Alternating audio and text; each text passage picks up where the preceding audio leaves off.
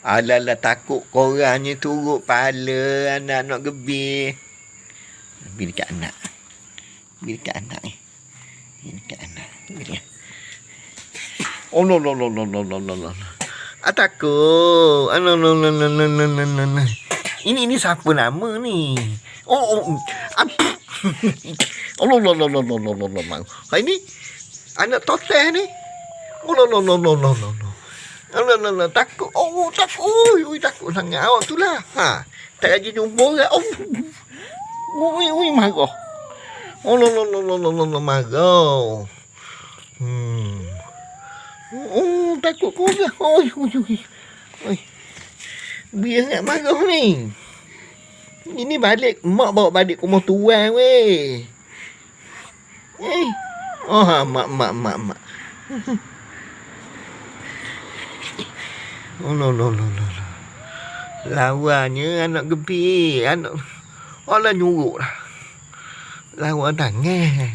Oh no. Ni anak toteh. Takut juga. Ini anak mayat.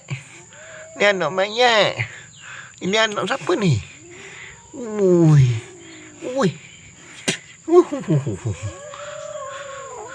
Kenapa? Takut ke nak balik ke rumah tuan ke? Takut. Ini lawa sekali ni. Oh no. Takut.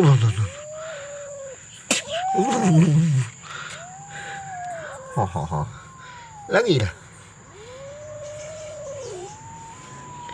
Oh. Ini lagi. Ini tak marah.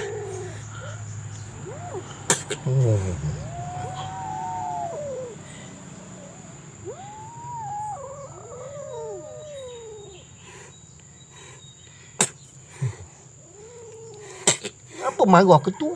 Balik ke tu.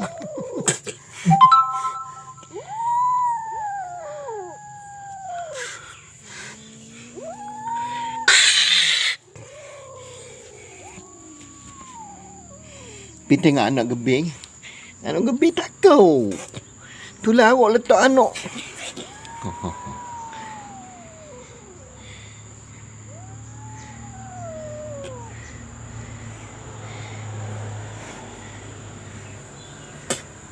Hihi.